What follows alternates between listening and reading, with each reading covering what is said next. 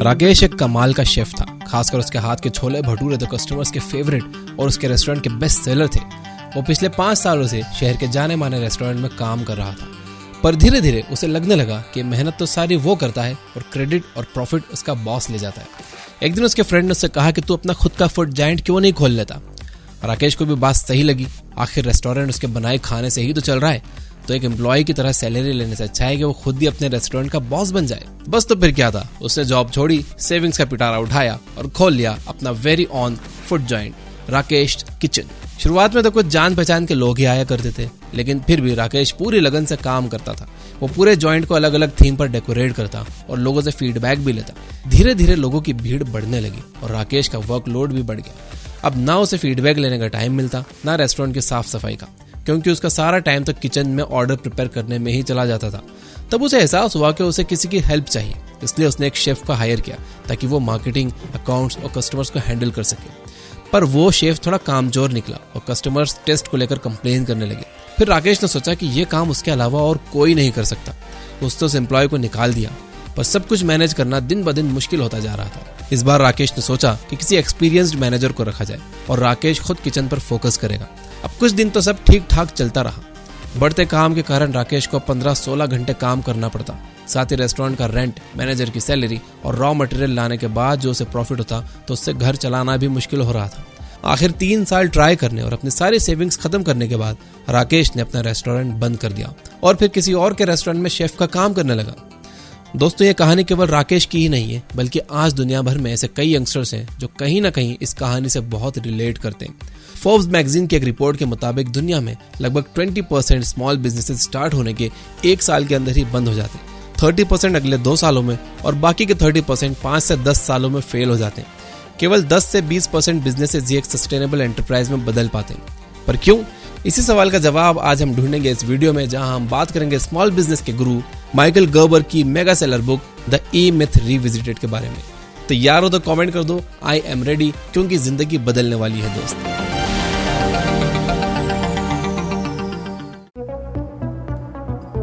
What is the E-myth? E-myth यानी कि the entrepreneurial myth हमारी सोसाइटी में एक बहुत कॉमन थॉट प्रोसेस है कि एंटरप्रेन्योर्स बिजनेस स्टार्ट करते हैं, जबकि रियल ट्रूथ इज कि all over the world business start करने वालों में 70% वो लोग होते हैं जो पहले किसी और के लिए काम कर रहे होते हैं और बाद में अपना बिजनेस स्टार्ट करते हैं। जैसे कि software engineers, hairdressers, tailors, chefs, ये सभी लोग असल में एक टेक्नीशियन है, लेकिन इन्हें ऐसा लगता है कि क्योंकि ये अपने काम में एक्सपर्ट हैं, इसलिए ये इन कामों से जुड़े बिजनेसेस को भी सक्सेसफुली चला सकते हैं, जबकि सच्चाई इससे काफी अलग है।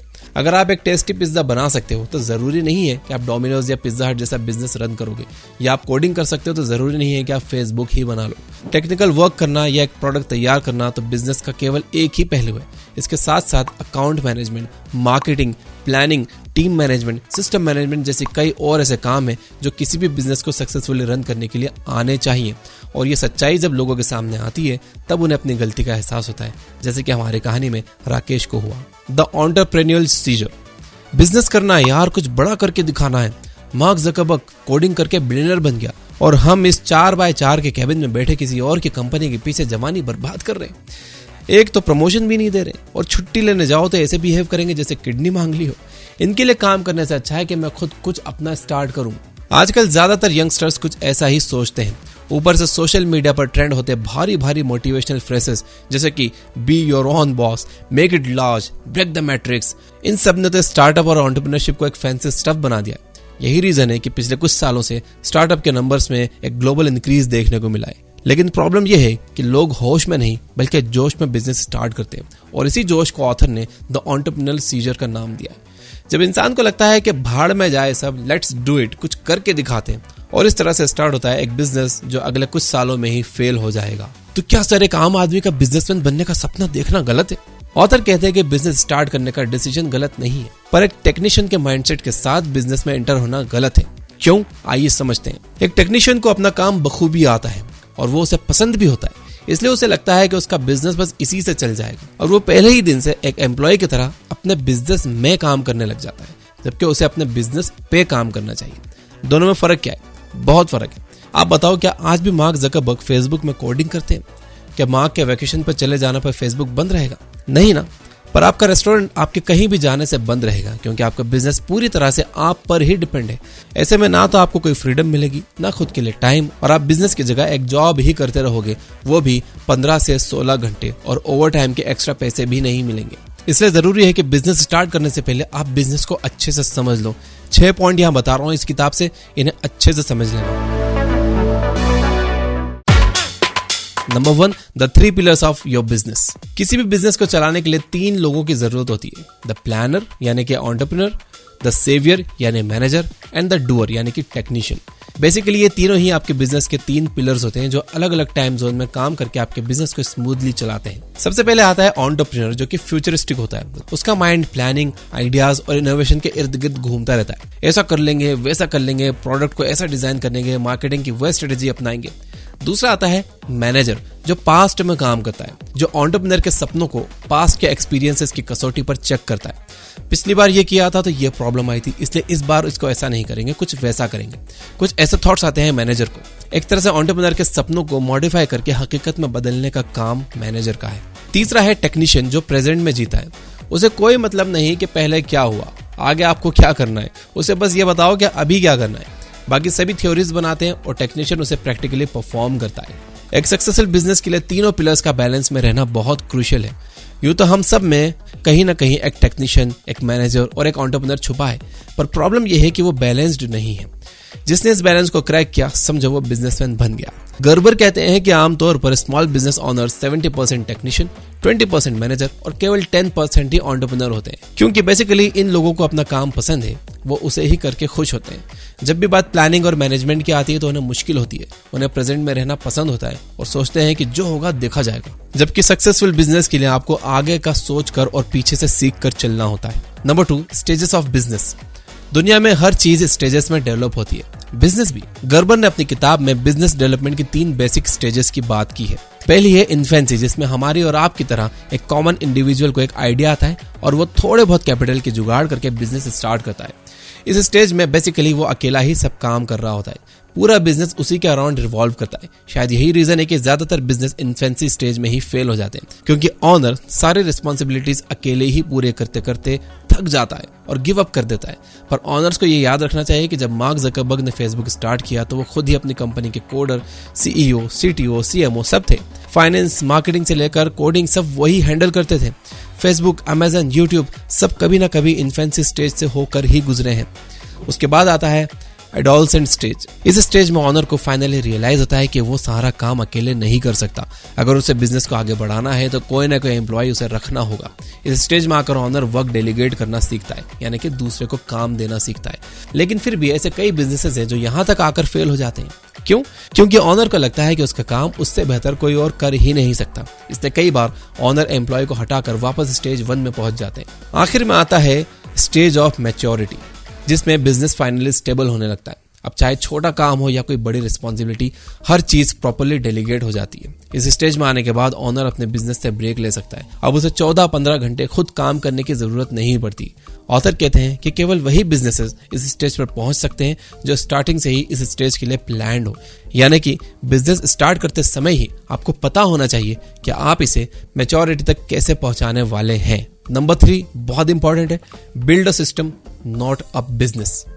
मैकडॉनल्ड्स का बर्गर हो या स्टारबक्स की कॉफी या फिर डोमिनोज का पिज्जा, चाहे आप दुनिया के किसी भी कोने में चले जाओ, इनका टेस्ट बिल्कुल सेम होता है। और केवल टेस्ट ही क्यों, आउटलेट का एम्बियंस और फील भी काफी हद तक एक जैसा ही होता है। बिना किसी मैनेजर, सीईओ या बड़ी डिग्री होल्डर के स्टाफ के भी वहां सब कुछ मैनेज होता है। तो ऐसा क्या है जो मैकडॉनल्ड्स के 40,000, स्टारबक्स के 38,000 आउटलेट्स को स्मूथली रन कर रहा है?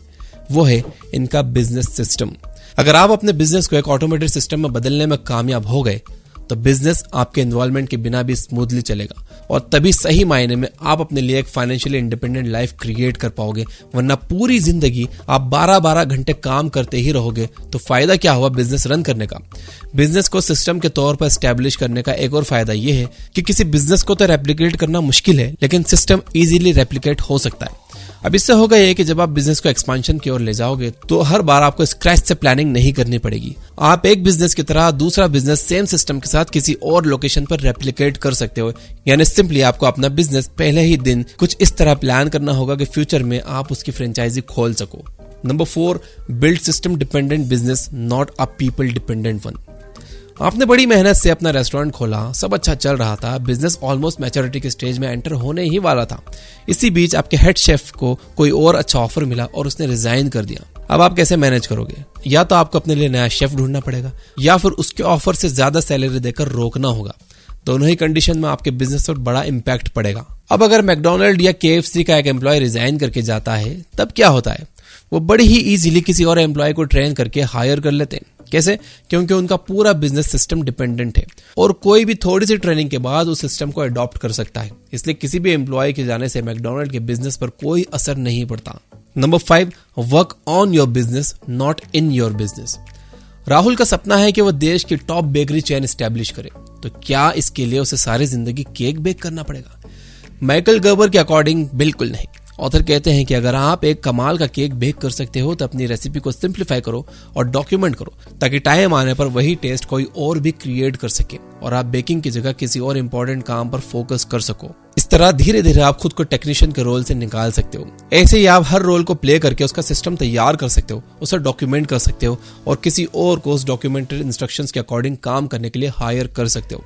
ऑथर इसे वर्किंग ऑन द बिजनेस कहते हैं। लेकिन आयरनी यह है कि ज्यादातर लोग जो अपने पैशन को बिजनेस में बदलने निकलते हैं वो कभी खुद को टेक्नीशियन के रोल से निकाल ही नहीं पाते। वो हमेशा अपने बिजनेस के अंदर ही काम करते रह जाते हैं और ये एक डेंजरस सिनेरियो है, क्योंकि माइकल कहते हैं if your business depends on you, you don't own a business, you have a job and it's the worst job in the world because you are working for a lunatic। यानी अगर आपका business आप पर depend करता है तो वो एक बिजनेस नहीं बल्कि एक नौकरी है, वो भी दुनिया की सबसे बुरी नौकरी है जहां आप एक पागल के लिए काम कर रहे हो।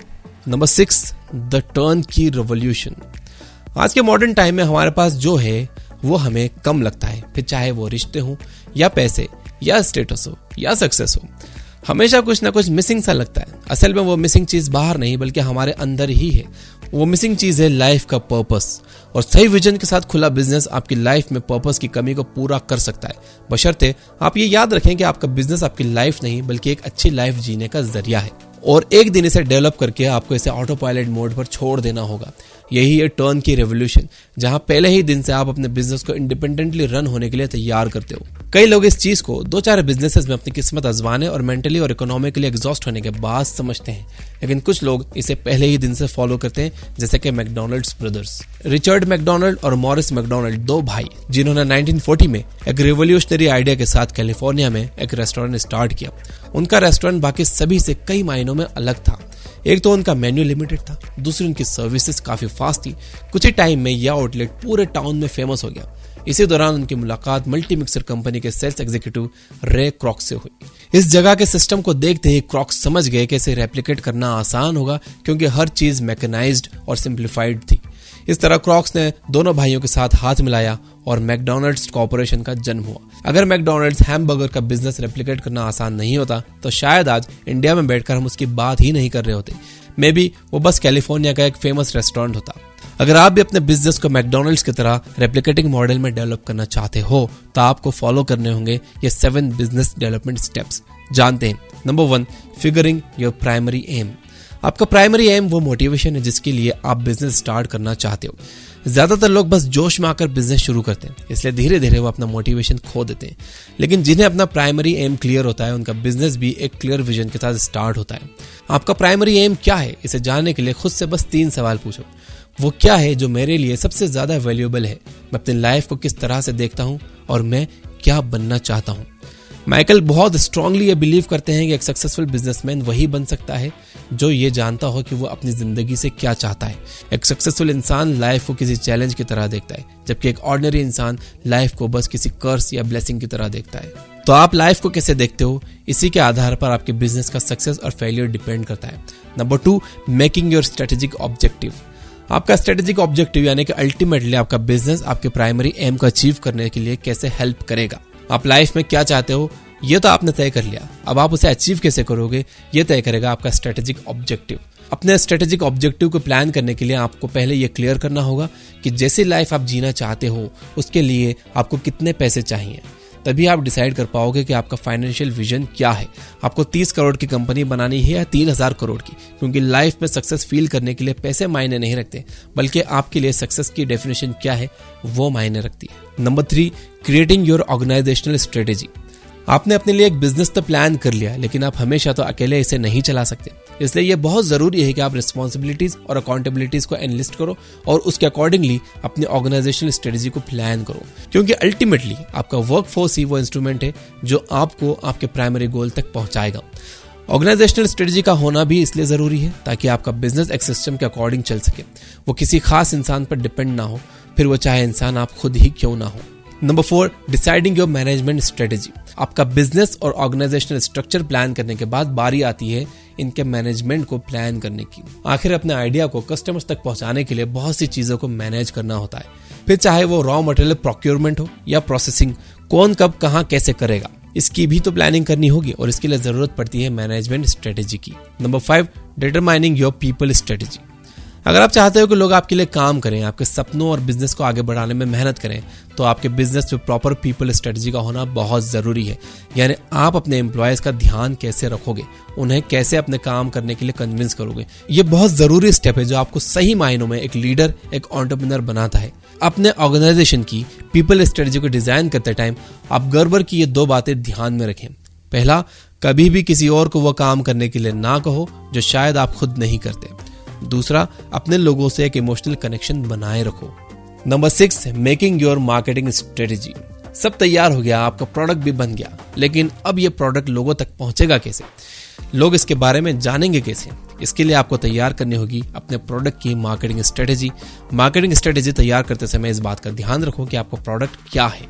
आपका प्रोडक्ट वो नहीं है जो कस्टमर के हाथ में है, वो तो बस एक कमोडिटी है। आपका प्रोडक्ट वो फीलिंग है जिसके साथ आपका कस्टमर आपकी शॉप से निकल रहा है। इसलिए आपका फोकस अपने बिजनेस और प्रोडक्ट की फील पर होना चाहिए, कमोडिटी पर नहीं। Number 7, designing your system strategy. इतना सब कुछ तैयार करने के बाद बारी आती है अपने बिजनेस को एक सिस्टम में बदलने की। बेसिकली किसी भी बिजनेस में 3 तरह के सिस्टम होते हैं। हार्ड सिस्टम, जिसमें इनएनिमेट चीजें आती हैं जैसे कि आपकी machinery, raw material etcetera. Soft system, जिसमें लिविंग चीजें आती हैं जैसे कि आपके एम्प्लॉयज, कस्टमर्स और आपका आइडिया। जी हाँ, आपका आइडिया भी लिविंग सिस्टम का हिस्सा है, क्योंकि वही तो सब कुछ चला रहा है। और तीसरा है इंफॉर्मेशन सिस्टम, जिसका काम है हार्ड और सॉफ्ट सिस्टम के बीच तालमेल बिठाना। जब आप अपने बिजनेस के इन तीनों सिस्टम्स को आइडेंटिफाई कर लोगे, तब आप अपने बिजनेस को ऑटो पायलट मोड में चलाने में कामयाब हो जाओगे और इस तरह आपका बिजनेस एक सक्सेसफुल, मैच्योर और इजीली रेप्लिकेबल बिजनेस बनेगा, जिससे आप जब चाहे जितनी चाहे छुट्टी ले सकते हो, जितना चाहे एक्सपांड कर सकते हो और मोस्ट इंपॉर्टेंटली एक फाइनेंशियली फ्री लाइफ जी सकते हो। और अल्टीमेटली ये याद रखिए कि जब भी आप बिजनेस शुरू करो तो एक एंटरप्रेन्योर के तौर पर करो, टेक्नीशियन के तौर पर नहीं, वरना बिजनेस के नाम पर आप नौकरी ही करते रह जाओगे। यहाँ तक देख रहे हो दोस्तों, वीडियो हेल्पफुल लगी हो तो लाइक किए बिना बिल्कुल मत जाना। दुनिया भर के मार्केटिंग बुक्स पढ़कर और एक्सपर्ट से बात कर ये बुक की टीम ने एक मार्केटिंग कोर्स बनाया है। इसके 4 लेसन फ्री है। डिस्क्रिप्शन और पिंड कॉमेंट में मैं लिंक दे रहा हूँ, आप जाकर जरूर देखिए। चैप्टर 4 देखना बिल्कुल मत भूलना, ये मेरा फेवरेट है, इससे आपके दिमाग के ताले खुल जाएंगे। Finally, you guys are amazing. Keep reading, keep learning, keep growing. Thank you for watching.